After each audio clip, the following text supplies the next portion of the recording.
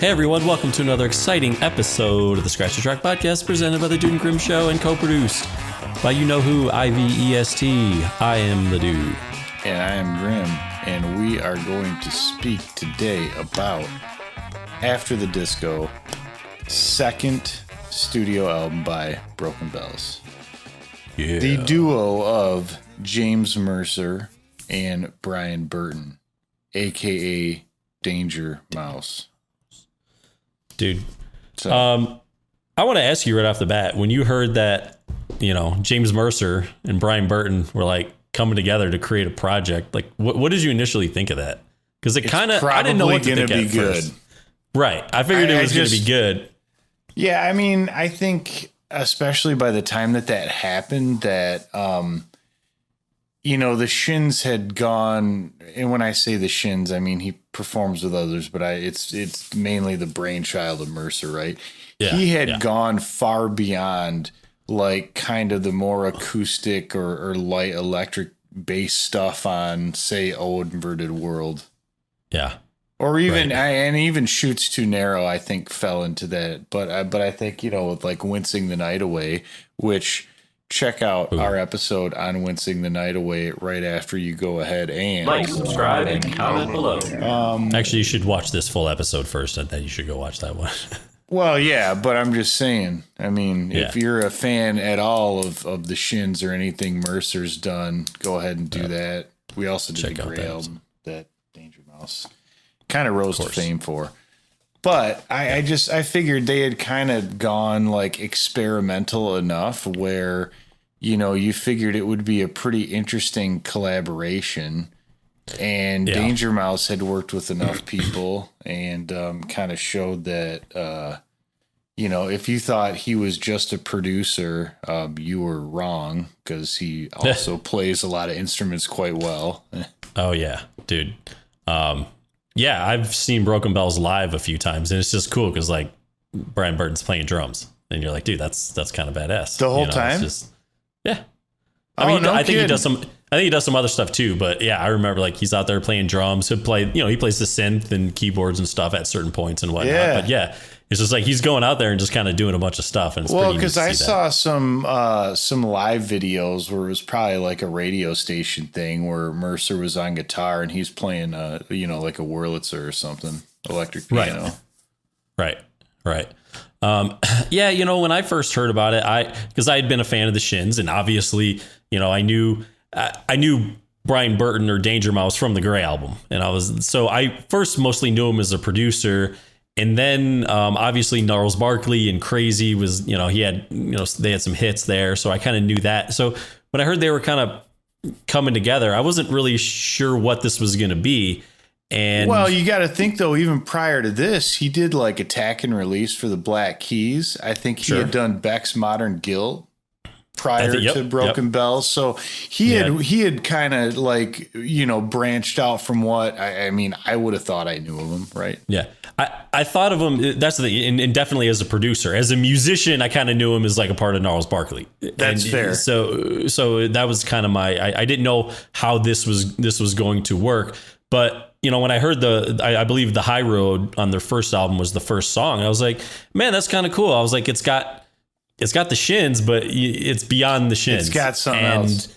Yeah. And I liked the elements that added to it. And then these two albums are also very different. You know, their debut album compared to this one, I felt are really different. Definitely agree. But one thing, and this might be a small thing, but it's something that I really like.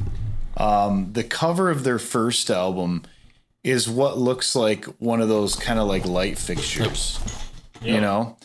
And I like how, but I like how they use that imagery also subtly in the cover of this album. Yeah. Yeah. Like you can buy that light fixture at IKEA.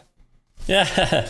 And look, it's like, if you look on the top here. I know. Like that's right what I'm top. saying. I like how they kind of continue that theme throughout. And even the artwork kind of has, I don't know how I'd say it, but like it almost has like a similar aesthetic, like with the color choices and stuff. I definitely kind of like it's got some weirdness to it, but very cool. And yeah, I mean, just the vinyl itself, it's nice. It is a single record, but it comes in kind of this gatefold, which is kind of cool. That's sweet. Yeah. Oh, nice. With all the lyrics. All the lyrics and stuff on the inside. Yeah. So it is pretty neat. And yeah, it definitely fits on one album, which I always a fan of when they can do that. So, absolutely. Now, I will say in listening to and I would have guessed this prior to listening to the interview that you sent me, which big ups on that.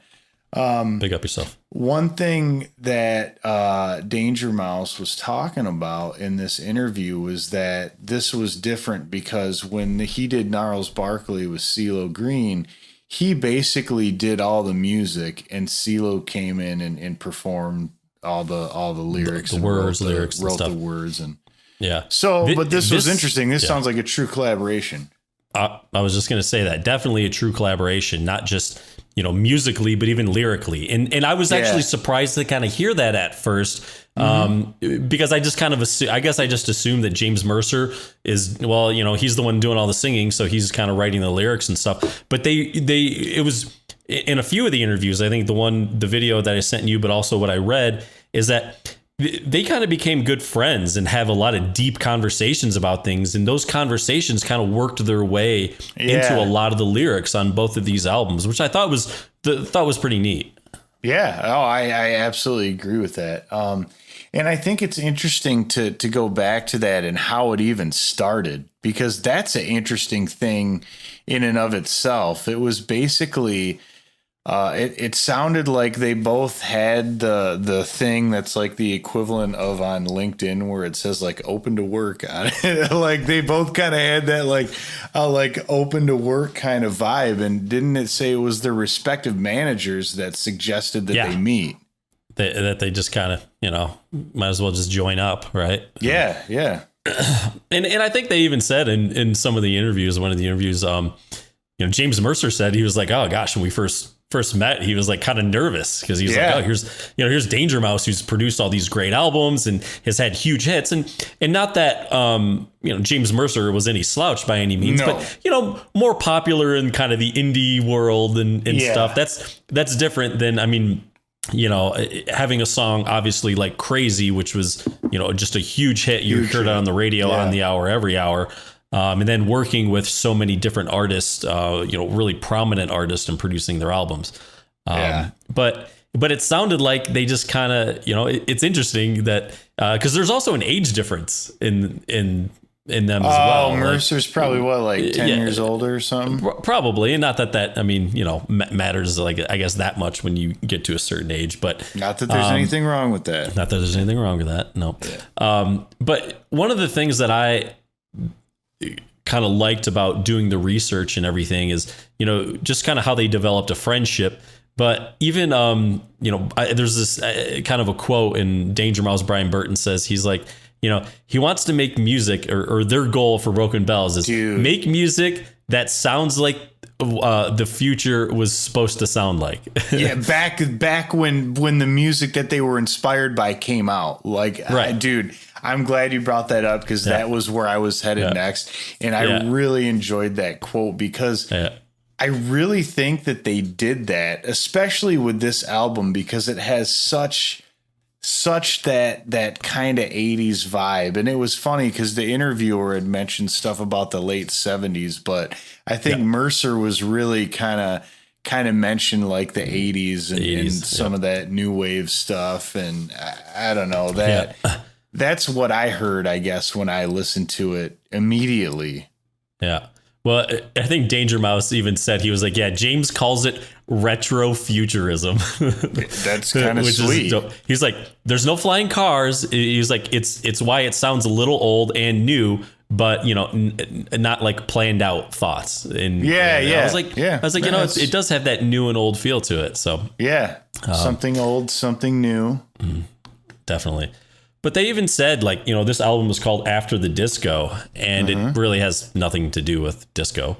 But at the same point, that kind of goes along with, if you think about it from the perspective of what they were influenced by, in a lot of ways, it was the music after disco. You know what I mean, though? Yeah. It kind of makes sense because some of it still has like that very much like a disco or a dance kind Well, of it does. Yeah. beat to it. It definitely has that mood and everything. But I think, they talked about it, and I didn't really until I started, I've listened to the songs and I really like a lot of the songs. There is some melancholiness to it, but there's a lot of kind of upbeat feel and whatnot. There's a nice mix. But they were like kind of being asked about a little bit and what After the Disco means. And, and this is sort of the quote that I pull. I don't know if it's from the article or the interview, but, James Mercer's like, life is sad. He's like, people, are going to pass away, and, you know that you will one day. And, he's like, so there's that. But he's like, me and Brian Burton have pretty heavy conversations about things like that. And even in Danger Mouse even said, he's like, you think about what is going to be like when you're older, and now you're there, and well, now what do you do? And it kind of reminded me, you might remember in the Dark Side of the Moon documentary that we love so much, where, Roger Waters says, he's like, oh, this whole time, you're preparing for this life that's eventually going to start. But it's like, no, but he's it's like, already no, started. Life happened. Like, it happens all the time. Right. Yeah. And that's kind of you don't get to a certain age and you're like, oh, okay, go. Yeah. Cause they even say, you dream about what it's going to be like, when you're married, and, and then you have a job and you get there and it's not like you expected at all. And then it's like, that's what people in their 20s and 30s dream about. Now, okay, now what are you going to dream about for the next 50 years? Like, what's next? And that's sort of like, all right, after the disco, right? Like, after the party's over. Yeah. Okay. Yeah. What happens now? What next? Who's next? Yeah.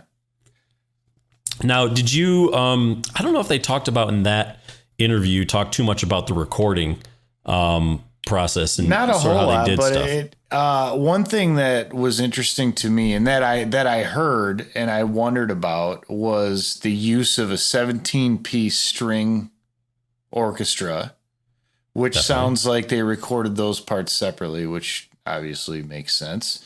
And then really 4-piece choir. Now, both of which can be heard very clearly. Absolutely throughout. But I think it's cool that they kind of pulled some of that other stuff in, because that, to me, not that a great rock band can't just make an awesome album, but that's just like kind of another level. Like, once you can bring in things like strings and choral arrangements, that's pretty cool.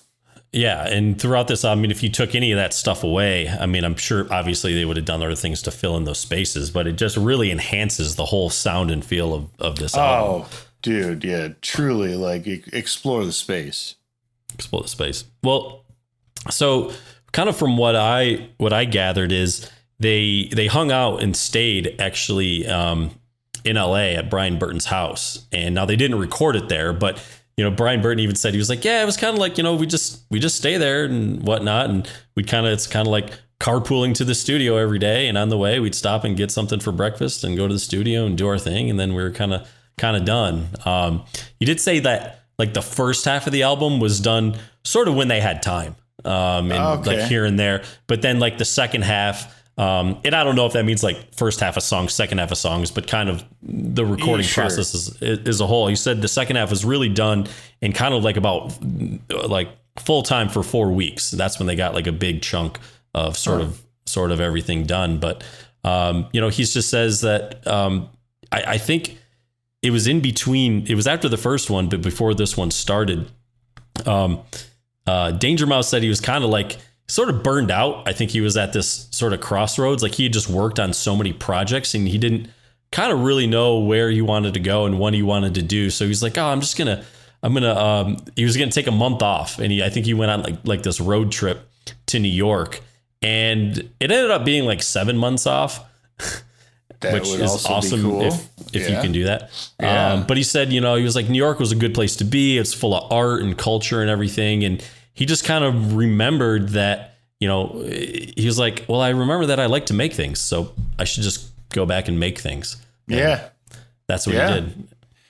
Well, yeah, that's interesting. And one thing that we didn't touch on, but I think is important, is I think a lot of people probably saw this initially as just like a one-off kind of a fun project thing that both of them did. But when they come back together to do it again, and the next album is also really good and different, that says something. And I guess in the interview that I was listening to, they sort of left it open-ended, as if saying, like, they don't necessarily have plans to do anything, but nothing is out of the realm of possibility was kind of the...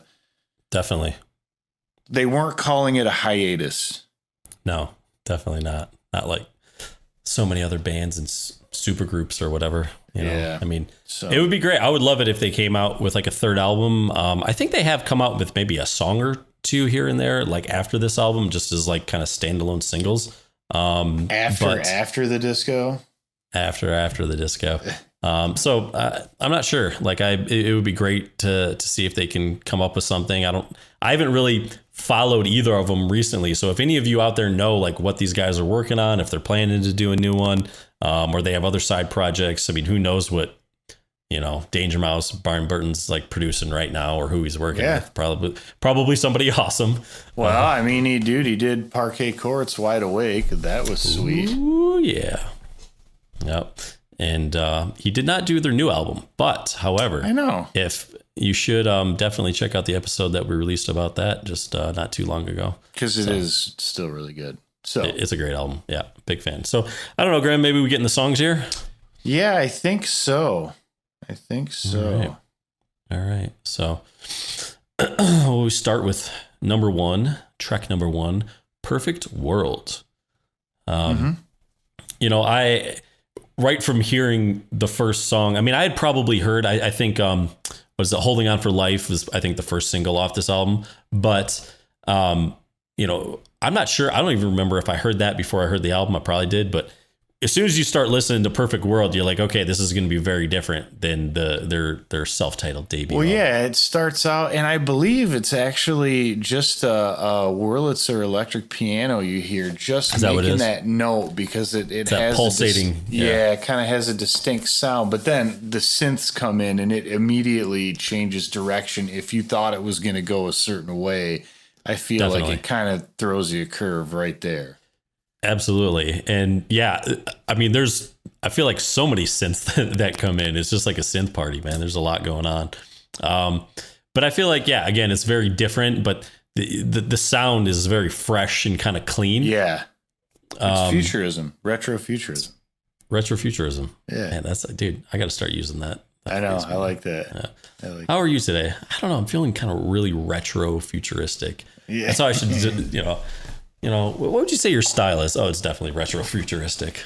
Yeah, dude, get those Nike Marty McFly Back to the Future 2 Nikes, and yeah, dude, power laces, definitely.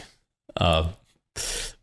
Yeah, I mean, it's great, and even the opening lyrics are like, "Oh, London moon, help me stumble home. You know, let me lose myself along the way. I've got nothing left. It's kind of wonderful." It's kind of like after a long night of sort of partying, like, or doing something, and you just kind of gave it your all, and you're just like, man, all right, I'm done. I'm gassed. Give me home. Put a fork in me, Jerry. I'm done. Yeah. Then we go to the self-titled track, Grim. After the disco. And this kind of has more of a disco-ish sort of beat. So I think it was, kind of aptly placed in there. I do have to say, I watched the video for this, and I found dude, it is really trippy. They kind of start, and they're both playing live, and there's all these people around them that look like they're dancing, but they're like standing still. And as they're singing, like, James Mercer's kind of walking in between them, and then before you know it, you could probably watch it and know how the video was made. And and as I'm watching it, I'm like trying to think about what you would say, but it's like he's walking from room to room, but it's the same room over and over. And he just like opens the door, and sometimes like little things have changed. And at one point, like, there's a record player, and they just go drop the needle, and then they keep walking. And sweet. I like that. It's kind of cool. It's just a trippy video, and nice. I don't know. I enjoyed it, but I really liked how they used that sort of string synth. I don't know if they use the the ARP string synth, the Solina, or something else. But dude, Mercer's vocals, the melody is just really great, isn't it? Yeah, and that's the thing. I like how he can sing kind of very subdued if he wants, but he really has a lot of range when he wants to, and it comes out well. He does. Yeah, and I think Danger Mouse even said that. That's one thing he really liked about working with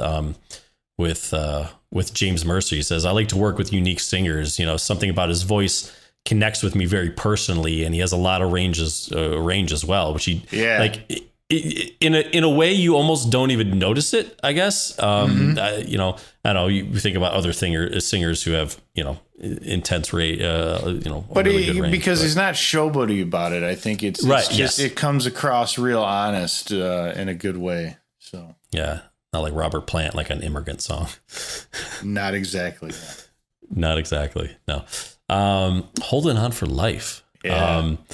You know, and this is funny because I think Brian Burton said, he was like, you know, he was like, he's like, this album wasn't really disco-y, but then of course he's like, we come out with our first single and it kind of sounds like the Bee Gees, like the way I was just gonna say that, dude. Yeah, those that Holding On for Life. Yeah, that is so Bee Gees the way it's done. And I thought it was really kind of great. I mean, I didn't. But one thing I think that I really liked about this is that in the beginning, the beat sounds a little synthesized, and then it kind of goes full disco. But then there is a very much guitar-driven breakdown in there, which I like that because it really changes the character of the song, but it doesn't stray too far, you know?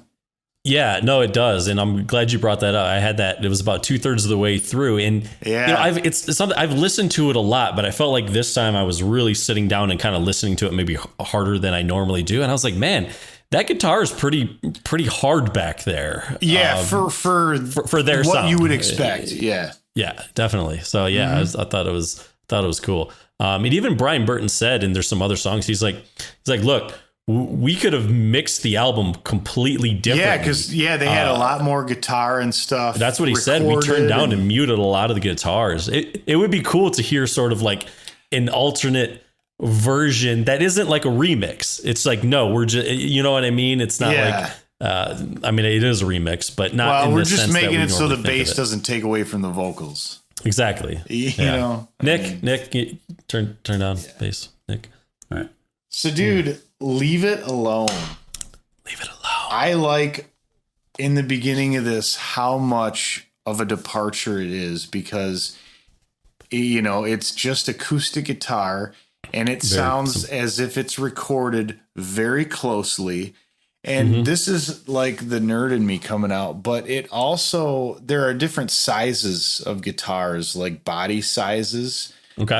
Like the normal acoustic you think of is called a dreadnought. It's big and it kind of has a big sound, but this sounds like it's a small body guitar. It sounds like a small guitar to me. Okay. Interesting. Because our boy Stauffer has a small bodied Martin, and it really, when you can finger pick it like that, I think it kind of, kind of ties the room together. I gotcha. It really does. Yeah.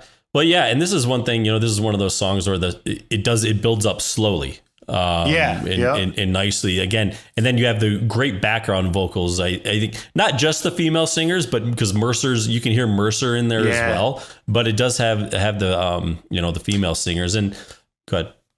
No. Just complete your thought. Cause I have about Mercer and background vocals. Yeah. I was just going to say, you know, the song builds up and I feel like the, you know, after the song builds, you know, I think the lyrics, because they said they shared songwriting duties, and I was listening to the lyrics of the first half, and it sounds a little more, I don't want to say simple, but not as abstract as James Mercer tends to write his stuff. So I'm wondering if Brian Danger Mouse wrote the first half, because then you get to the second half, and I was like, it's a little more abstract. So I'm curious if they kind of split that. Yeah, I don't know.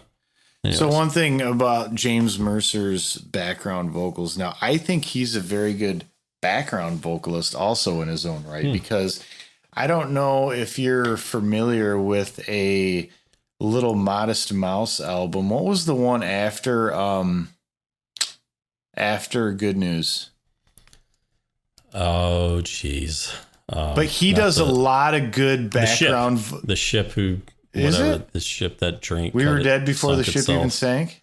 Yeah, that one. I think pretty sure. He does a lot of good background vocals on it, because I remember listening to that album for the first time and specifically hearing the song Florida on there. And I was like, that has to be James Mercer's voice. And then I looked, and of course it was. Oh, yeah. Yeah. So, anyways, just a little side note there. That's fun. Yeah. That's fun. It wasn't Sad Seppy Sucker, that's for sure. No. Oh, I love that one, though. Yeah. The Changing Lights. Oh, are they ever changing, my friend? I'll get my notes back up here. Yeah, dude, the way the song starts, to me, it has this sort of 80s like sci-fi sound to it. The way it starts in the beginning, I think, sort of with the synths. And I was curious, and I'm not sure if you remember this. I'm like, what like keyboard? Is it like Hammond organ or whatever? It's light in the background. It has just like a really warm sound to it. No, so the Wurlitzer, man. Is it Wurlitzer? Okay. Yeah, I'm pretty sure. The whirly. That's the sound. Because I feel like they use a variety on this album. They probably use everything created to man. They do, but that one I heard more than once. I got it in my notes a couple times, and I like the slight kind of room delay on his vocals. It's not huge, but it gives it a different feel, because I think a lot of times he sings pretty clean. He does. Yeah. He definitely, his vocals do come across clean. But even like during the chorus, it sounds like, I think, there's so many layers to the vocals, and I kind of like it when they do that. Yeah. Let me move on to Control. Control, not to be confused with Janet Jackson's Control. But definitely not. Could have been a good songs of the same name if the fans were, down with it. Fans abided. Sorry, fans. I'm sorry to all the fans who really loved that. Like it. Yeah, I loved it. I thought it was a great format, but everyone was just like, nope. People have spoken. Yeah. By not saying anything. Exactly. Yeah. This song is interesting because I don't know. I listen to sort of the words, and I think a few of the songs that are maybe considered more, I don't know if I'd say love songs or about relationships. I think those are actually more Danger Mouse's songs than they are James Mercer songs. Could be. Just kind of from what I've sort of gathered, and a song like Control, we talk about relationships and who has control, and I felt like this song that Seinfeld episode, dude, the upper hand. There was a whole episode about that. And George said, "I got hand," and she's like, "And now you're gonna need it." Oh, I like it, but I also felt like there was a few maybe sort of like double, innuendos and stuff, because there's one line is like, as you're taking off your clothes, you think it's love, and I suppose, and then it's like, give it up. I know. So, but it's, giving up control, and there's also the, the alpha, the sub, all that good stuff that, we like to talk about in this. The incubus, the succubus. Yeah. This mutilations. Oh man. That's so good. What do you think they're eating over there, Ray? Oh God, Satan is good. Satan's your pal. Yeah. So, track 7, Lazy Wonderland. The album, like this song, really chills it out. Really slows the album down at this point. But I like the choir. The choir's pretty noticeable. I do, and I feel like this is more of a James song, and maybe I'm just saying that because it's like more just like slow, it's really acoustic dreamy. Driven. Yeah, definitely dreamy. Have you ever heard of this? There's some artists that their music is characterized as this, but have you ever heard this characterization of music called shoegaze? It's the weirdest word. When I read that, I was like, what does that even mean? See, I would say it like Shugazi, like it's Fugazi. Fugazi. Well, it's spelled as if like you're just gazing at a shoe, but it's one word. So I don't know. Maybe the E, maybe it's a hard E at the end. I don't know. If we'll have time. It's a hard on. It's a hard on. I don't know if we're gonna have enough time. But yeah, I just felt like this was more a James song just because it's a little strange and it has like those abstract lyrics that he is really good at, like, you know, he can put together some words and I'm like, man, I would never put those together. I'm trying to think, what did we record last week? Where there were some of the lyrics were, you know, like, man, you wouldn't think to put those words Iron together. And Wine. Stuff. Iron and Wine. Yes. Yeah. Where it's just like, you know, what is it? You know, a tattooed flower on a broken wrist, like that kind of weird, you know, mixture of images and words. And, I feel like it reminds me a lot of Beck. I mean, dude, you get a parking violation and a maggot on your sleeve. You know, exactly. like it just does. Some of that stuff just doesn't make sense, but it does.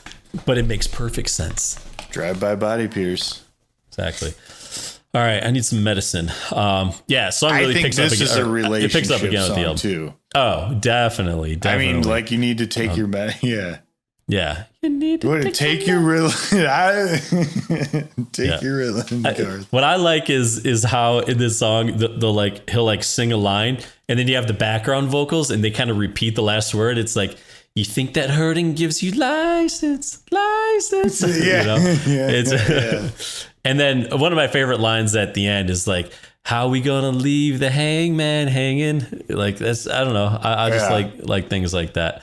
But then the song transitions sort of really nicely at the end. It has this really kind of trippy ending and these little bells come in. I don't know if there's like accordion and acoustic guitar in the background. May have been broken. I don't know. It may have been broken bells. I would hope they were. But then it just kind of goes and it kind of ends. And then you get this for no matter what you're told, which I just feel like this song really, it comes in with a lot of attitude. In that it's the only one I think I heard was like with fuzz bass, number one. And then fuzzed up. The one thing that stood out to me that was kind of interesting was the way they make those strings just kind of hit. Sure. You know, it's not, because normally you think of like if you have a string section, it's like smooth and it kind of adds this big texture, but just to get those hits. And then you got the horns in there. Oh man, be a hit. They definitely mix it up. Hit it and quit it. Right? Yeah, but not before you listen to the song The Angel and the Fool. I think it might be my favorite one on there. Really? Wow. Yeah, I was not. What is it about the song that you're just like, it's my favorite one? Well, I like the use of the guitar again. Because that's one thing that I think is cool about the album is because they don't use it as much. When they do, it very much stands out. That's one thing.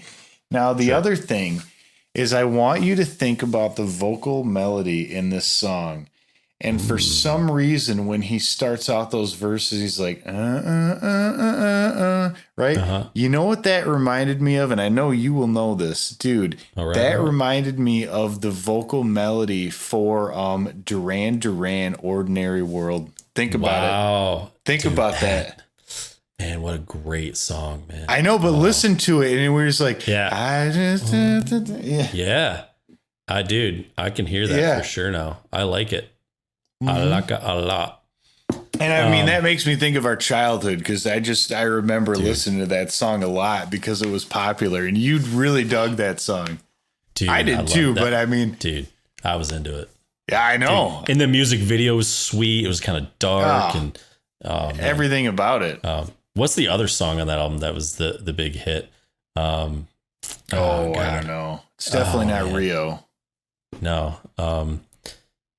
Like Undone My Heart or some shit. I don't know. Oh, I'm gonna think of it. Oh, that's gonna kill me. Picking up that on vinyl, I think. Yeah, dude. I might. Last song on the album, "The Remains of Rock and Roll."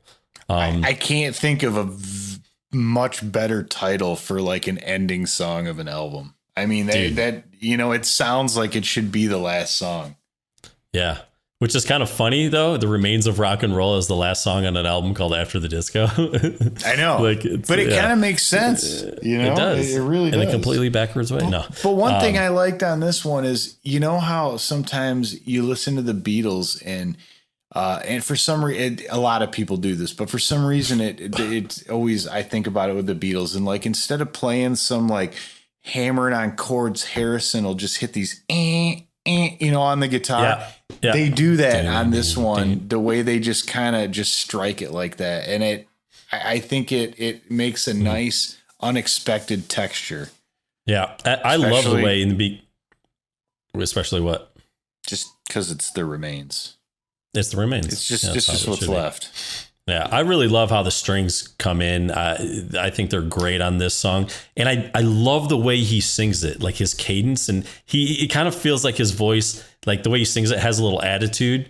He's like, it's a small car, but we'll fit inside if we leave our bags behind, It's just kind of cool. He sings it a little differently than I think he does on the rest of the album.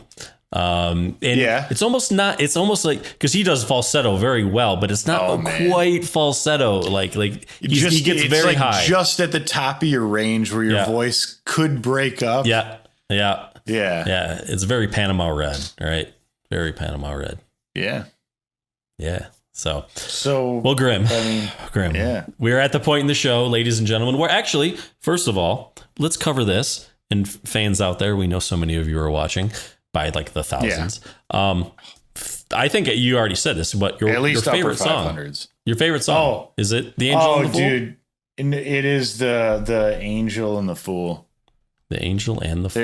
There's just something about it. I mean, I really like the sound of the rest of the album, don't get me wrong, but there's something about this one that I just that really, really put the hook in me.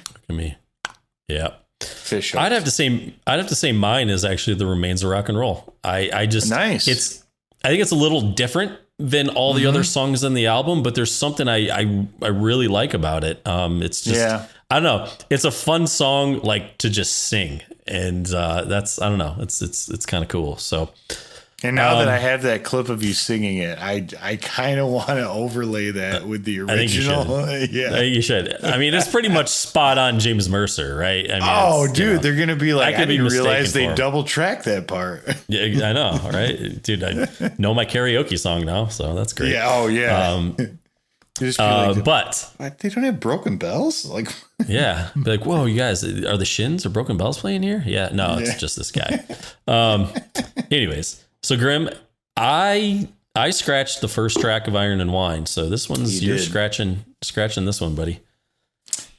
Well, it will probably surprise you, and I can't say that I have a great reason for it because, again, not that it's a bad song or anything, but the one that I am the least passionate about, that if I had to have it scratched, I would take my medicine. Okay. And scratch medicine.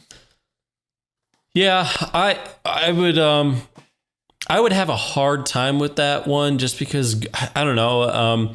I really like the moving from a song like Lazy Wonderland, which is real slow and kind of simple, to something that's just kind of got some, I don't know if I'd say grit, but I think I talked about it. Like it's got a little bit of attitude, a little funkiness to it. And I does like No Matter What You're Told. So does No Matter What You're Told. It does. Yeah. So does. Yeah. Well, Graham, we there will be no Islanders Capitals here on this episode. Just a standard exhibition game. But I can definitely tell you what there will be: a WTFITS. I am going to scratch the Angel and the Fool. The Angel and the Fool? Oh, what the fuck is that shit? Yep. Oh, man. Okay. And it is for I think for the same reasons that you like it, is that it is a slower song. It is that it's got that acoustic feel, and I do love those sorts of songs. I just not even with the Duran tie-in, for Christ's sake. Yeah, there is that, but I'd rather just listen to Ordinary World, to be honest with you. So, I mean, you're making it come out my nose. Not good. Yeah. No shit. Well, right, I do understand that because, boy, we were scratching one a while back, and I had the same reason. I'm like, I really like the continuity of this album, and this one just kind of throws it off. So I get it. I get it. Maybe it should have just been a single. I don't know. Who knows? Not the first single, but yeah. No. B-side?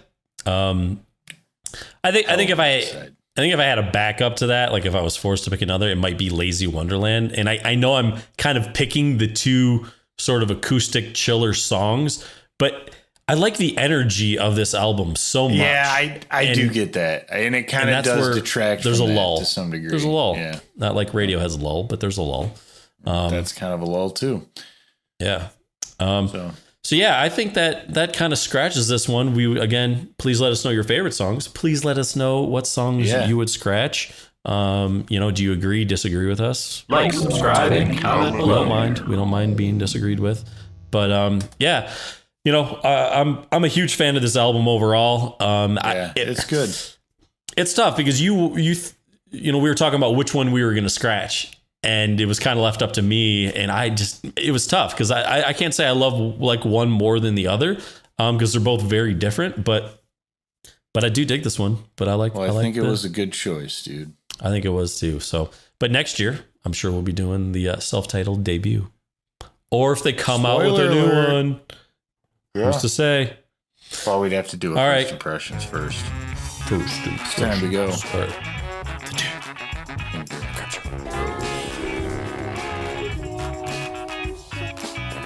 Scratch a Track is produced by the Dude and Grim. Additional music provided by Moore and the Tims. Copyright 2021, The Dude and Grim Show.